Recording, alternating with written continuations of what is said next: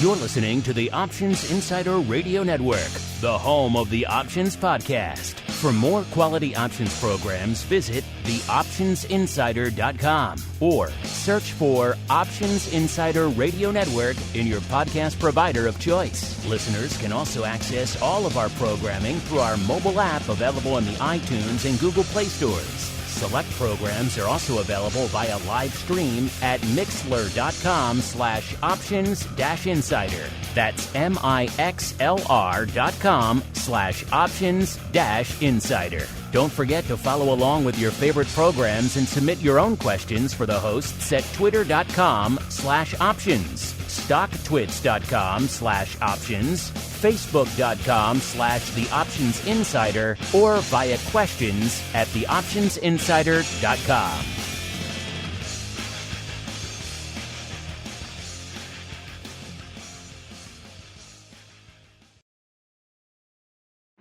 Bitcoin, Ether, Ripple, Litecoin, and more. Cryptocurrencies and other digital assets are taking the financial world by storm. This exploding market provides everything a savvy trader needs: volatility, volume, and liquidity. Provided you know how to find it. That's where we come in. Welcome to the Crypto Rundown. Each week, we'll break down the latest trading activity, trends, and developments on everything from coins to tokens, futures, and even OTC options. If it's moving the crypto markets, then you'll find it on the Crypto Rundown. Now it's time to dive into the exploding world of cryptocurrencies and digital assets. It's time for the Crypto Rundown.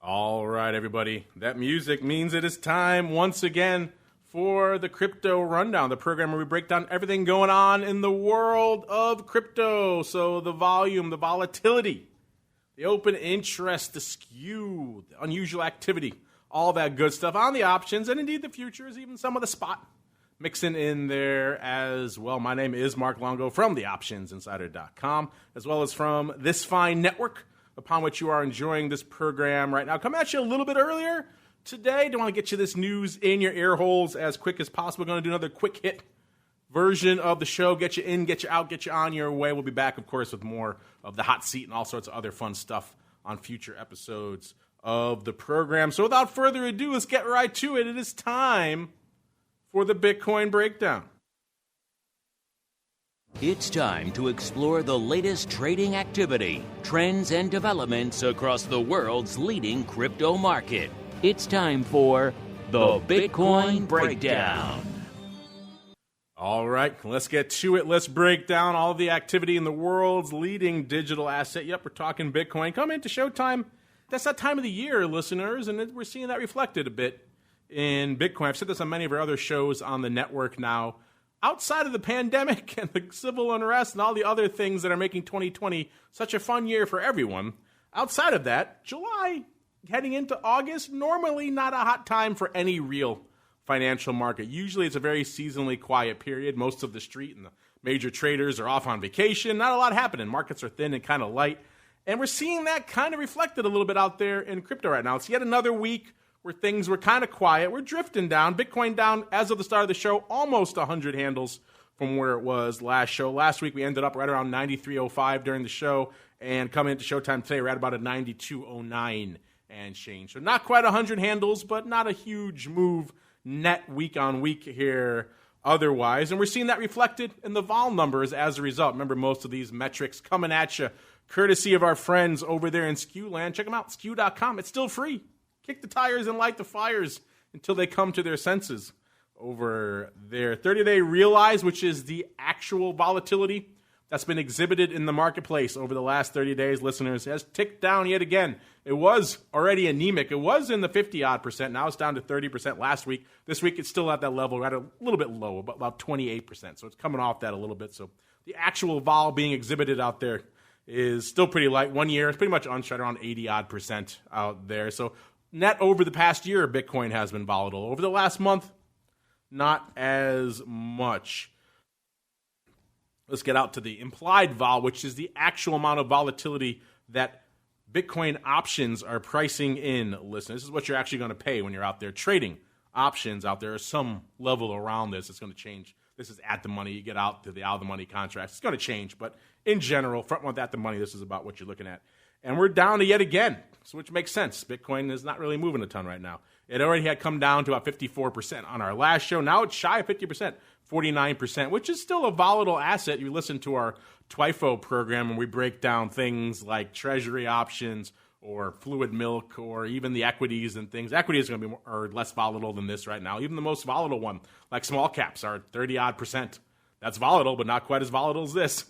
Our old friend the VIX, nowhere near a 50. So you're seeing things in different contexts. It's light vol from an overall Bitcoin perspective, but compared to a lot of other assets out there, the 10-year is a 3 vol. I mean, there's not much going on in a lot of these products out there. So still comparatively volatile, but compared to its own recent history, perhaps not so much. Well, let's go out to the options front. Despite the fact that it's kind of been a sleepy week out here, the options volume says no. The options volume says we're lighting it up. Let's start on the biggest platform out there, which is Deribit. Had some big prints out there last week on the 17th, did $160 million worth of notional. That kind of ties what we saw back in late June, around that same level, which was, I think, the 26th of June. That was our previous record, and now we're hitting that again last week. So big prints out there on the 17th. The 15th and 16th also both doing pretty decent paper, about $100 million even on those, a little bit more, a little bit less on both of those days again, but still pretty active paper out there. The big prints this week looks like on the 17th, the big prints that day were the 10,750 calls, about 700 of those going up for 0.001 Bitcoin. That was done when Bitcoin was at 91.58, listeners, so a wee bit south of where it is right now. Someone coming in and scooping those. Well, we don't know. We don't have the sides on these, actually, so we're just intuiting. We don't even really have a good spread to give us an indication of where this print went up. Hopefully, as the tools improve, I think our friends over there on the Genesis front are trying to make some improvements on that front to help you get a little bit more insight into what's going on with some of these prints. But either way, a big block of about 700 of these 10,750 calls going up on that busy day on the 17th out there. That was kind of the biggest print of the week. 2 blocks of 350, really. So they went up at the same time. So pretty much the same trade. Coming into today's activity, not a heck of a lot.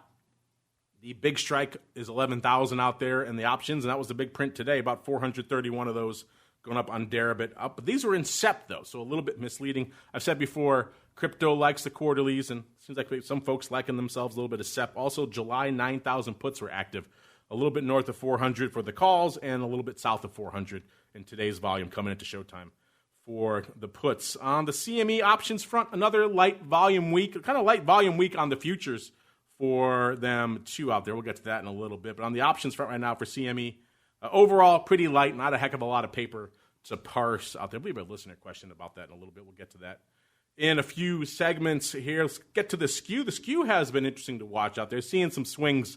Last week, it was kind of a coin flip. It was about 0.4%, so it didn't really show a market bias in either direction. This week, that has changed. The worm has turned back up to 9.2%, so seeing that positive skew out there in Bitcoin land as well. Call to put, similar deal, not a heck of a lot changing. Open interest around 52% to the calls, so that really hasn't changed a heck of a lot. Open interest, though, is starting to come back. Remember, it fell off a cliff after June expiration. We had north of 1.8 billion out there across all the various platforms. Then it fell off a cliff shy of $1 billion after June expiration. It's been slowly and steadily crawling its way back.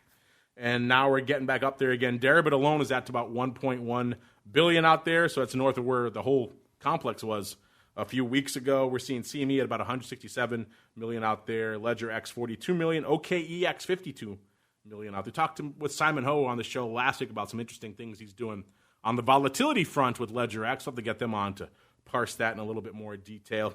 And looks like the options on Backed have finally expired because they've been clinging to 65,000 worth of their open interest forever. Since we started doing this show almost, it seems like. And now that's finally gone away. So Backed is officially at a zero for this. So they're off the charts.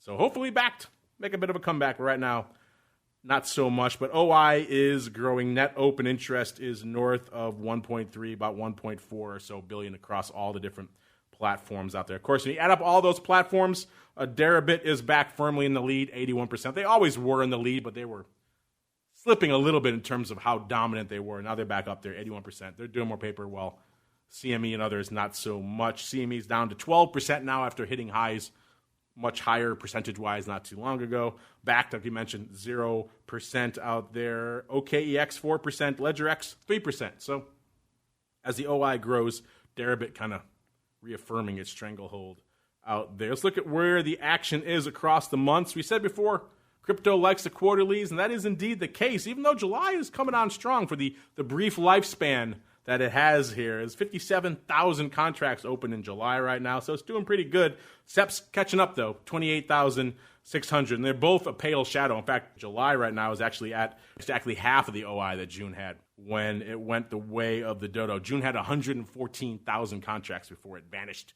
into the ether, pun intended. We'll see if – I don't think July is going to have a chance to make it there, but SEP probably will. I'll go out on a limb and say that's the case. If you're wondering where that action is, it's still primarily in the 11,000 strike. That has just increased its dominance, even though the big print's in 10,750 this week. But 16,000 contracts open on the 11,000 strikes right now. Followed by number 2, it's the 10,000 strike with 10,800.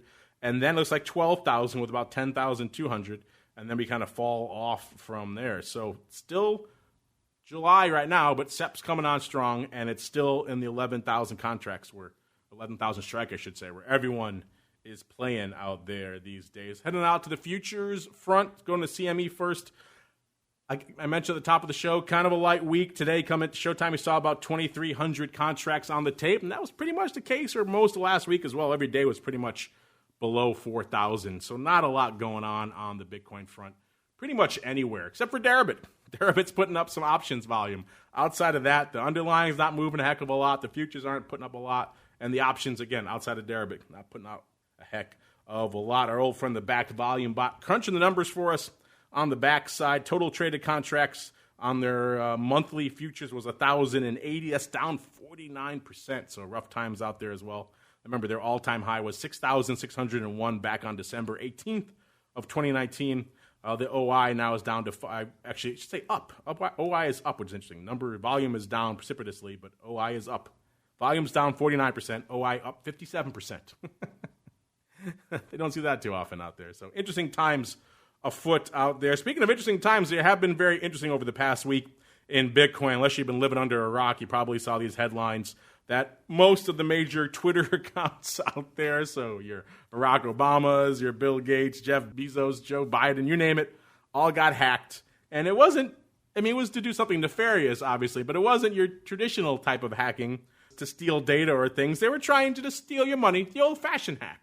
I haven't seen one of these in a while. And they did so by trying to get people to send money to their Bitcoin wallets out there. They wanted you to give $100,000 to their Bitcoin wallets out there. I'd be curious to see if they got anything, if anyone's crunched the numbers and see if that address of that wallet actually got any action on it. I'm going to hope for humanity's sake that that's not the case.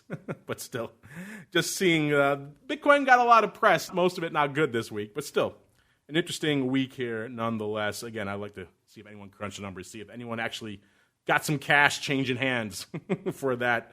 They had a lot of big high-profile accounts. You have to think someone in maybe a sleepy haze late at night said, I'm going to do that, and sent some money their way. Speaking of sending money, it's going to be interesting, or I should say really easier, soon with MasterCard. They're expanding their program to allow more firms to issue cryptocurrency cards on their network. They signed a deal now with WireX. That's a London firm. That's going to be a native cryptocurrency platform to gain membership there on MasterCard. So now they can issue cards on the MasterCard network. So that's slowly, not the sexiest of news, but it's slowly bringing crypto a little bit closer, inching ever so much closer to the mainstream out there. Of course, Coinbase and others have their own cards out there. They've been around for a little bit, but MasterCard's the kind of the big dog in this space. So when they start turning the Titanic around, it makes a little bit more impact. And speaking of making impact, let's see what's going on now out there in the far, far reaches of the altcoin universe. It's time to move beyond Bitcoin and find out what's moving the rest of the crypto marketplace. It's time to boldly venture into the altcoin universe. All right, let's do it. Let's break into the altcoin universe. Some changes afoot here in the top 10 out there in crypto land. I hypothesized on this last show. I said, could Chainlink make it? Could it break into the top 10 this week? And spoiler alert, yes, it can.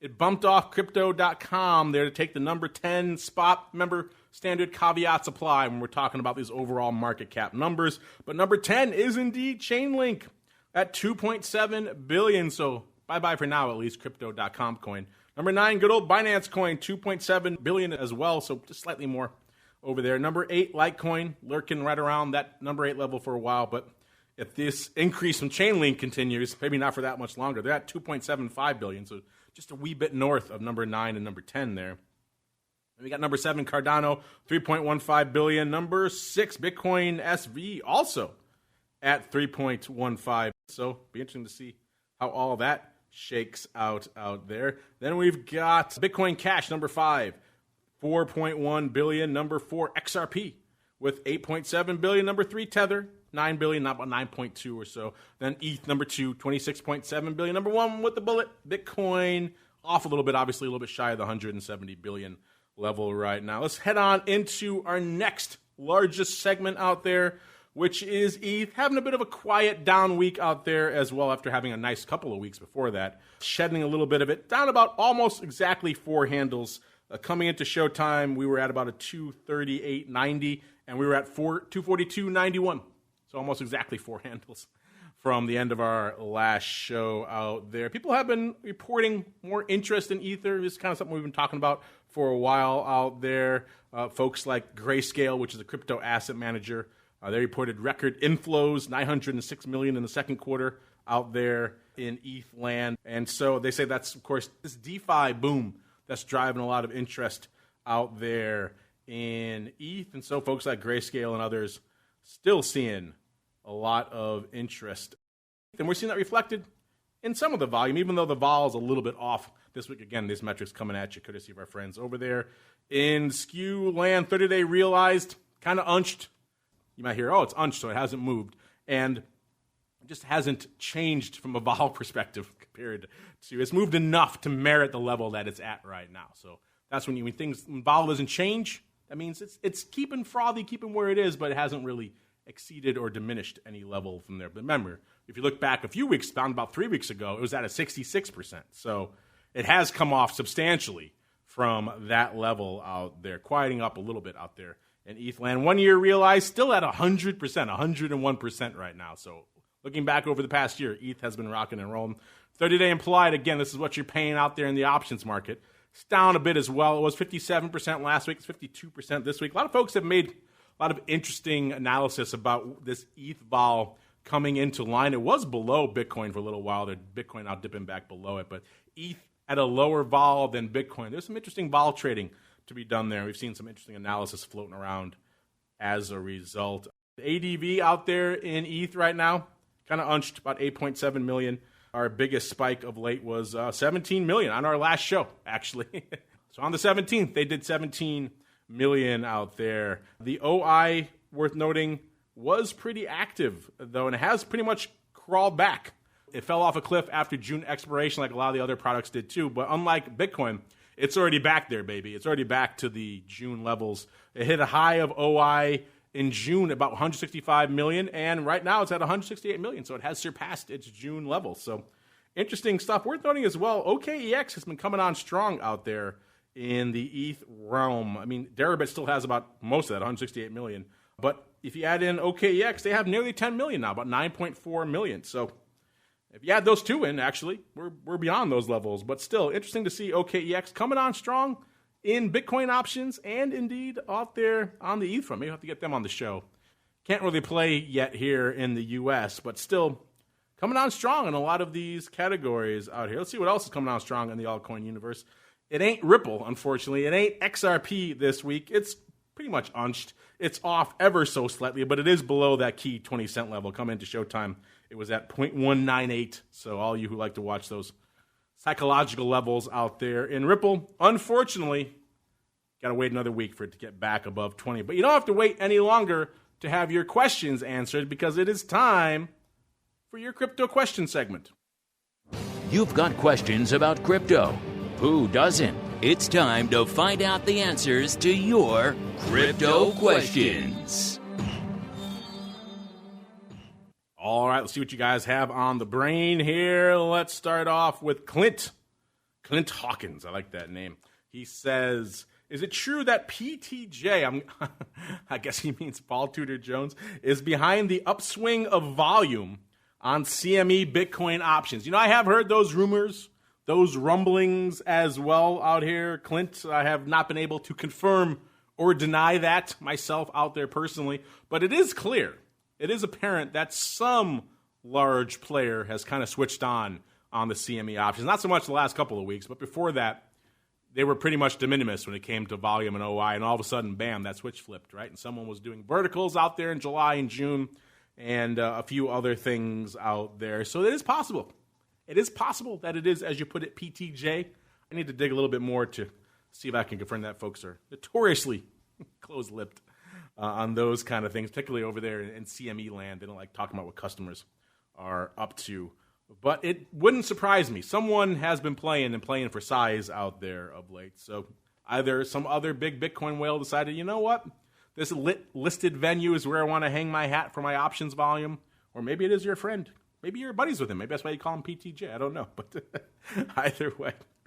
Short answer is we don't know yet, Clint, but I have heard those rumblings, and the longer answer is it wouldn't surprise me if that was indeed the case. And we'll do a little bit of digging to see. Let's see, we got time for a few more here. Let's go out to our old buddy, frequent listener, frequent commenter, Scott Somer. He's liking it on the YouTubes. A lot of you are liking this show on the YouTube. So if you like it on YouTube, it's available there for you. It should be a nice little list, a playlist for you if you just want a mainline crypto rundown. I encourage you, though, if you're listening to that, to check out our other programs. And wherever you listen to this, YouTube, iTunes, wherever, make sure you subscribe to the full network. You're getting all this stuff, not just Crypto Rundown every week, but a bunch of other shows. Pretty much every day you're getting content.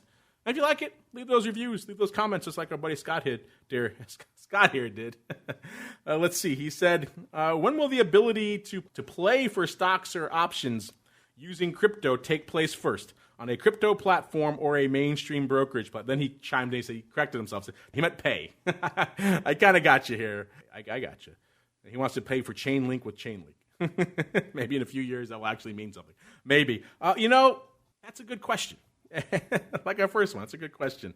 We have seen some of the major, quote-unquote, mainstream brokers be more progressive than others when it comes to crypto offerings. One of them, unfortunately, was TD Ameritrade. They were big partners with RSX and investors and things. Now we all know that's part of the Schwab empire. Schwab hasn't been as progressive, shall we say, on the crypto front. So that might take a back seat over there. So I would have maybe said one of those platforms. So I think it'll probably come on a crypto platform first. They seem to be more inclined and have more of an incentive to take risks, be a little bit more edgy, be a little bit more innovative on the product side. And then we see the big dogs come along and follow suit and, quote-unquote, legitimize it out there with a little bit more paper, a little bit more institutional order flow. So I wouldn't be surprised to see it play out that way, particularly now that TD is moving in to become part of Schwab. They haven't shown to have a lot of desire to be innovative on the crypto side of the fence. So it'll probably be one of these other crypto platforms out there. But yeah, for now, we'll have to kind of play, wait and see. And certainly for a lot of you in the U.S., it's kind of a moot question because a lot of these platforms that do all the paper, like Deribit and others, are still challenging, shall we say, for you guys to get access to. But we're going to try to bring on more firms that you guys can actually play with here in the U.S. and pick their brains and see what you guys can do. Maybe, who knows, maybe we'll see more movement on that front as well. Great question out there, Scott. Great questions, everybody. I want to thank all of you out there for downloading, for streaming, for subscribing, for listening to our little crypto quick hit this week. Hope you enjoyed it. Hope you got some value out of it. And remember, we're back pretty much every day this week. Got some interviews hitting you tomorrow on Interview Tuesday on the network. Wednesday, we're back with Boot Camp and OPR to get your options learning on. Thursday, of course, TWIFO for your futures options fix. Probably talk a little bit of crypto there as well. That's where it flies in over on the CME side of the fence. And, of course, part 2 of the option block out there. And then, of course, Friday, volatility views. And we kick it all off again on Monday for the option block and another episode of the Crypto Rundown. You're listening to the Options Insider Radio Network, the home of the Options Podcast. For more quality options programs, visit theoptionsinsider.com or search for Options Insider Radio Network in your podcast provider of choice. Listeners can also access all of our programming through our mobile app available in the iTunes and Google Play stores. Select programs are also available via live stream at mixlr.com/options-insider. That's mixlr.com/options-insider. Don't forget to follow along with your favorite programs and submit your own questions for the hosts at twitter.com/options, stocktwits.com/options, facebook.com/theoptionsinsider, or via questions at theoptionsinsider.com.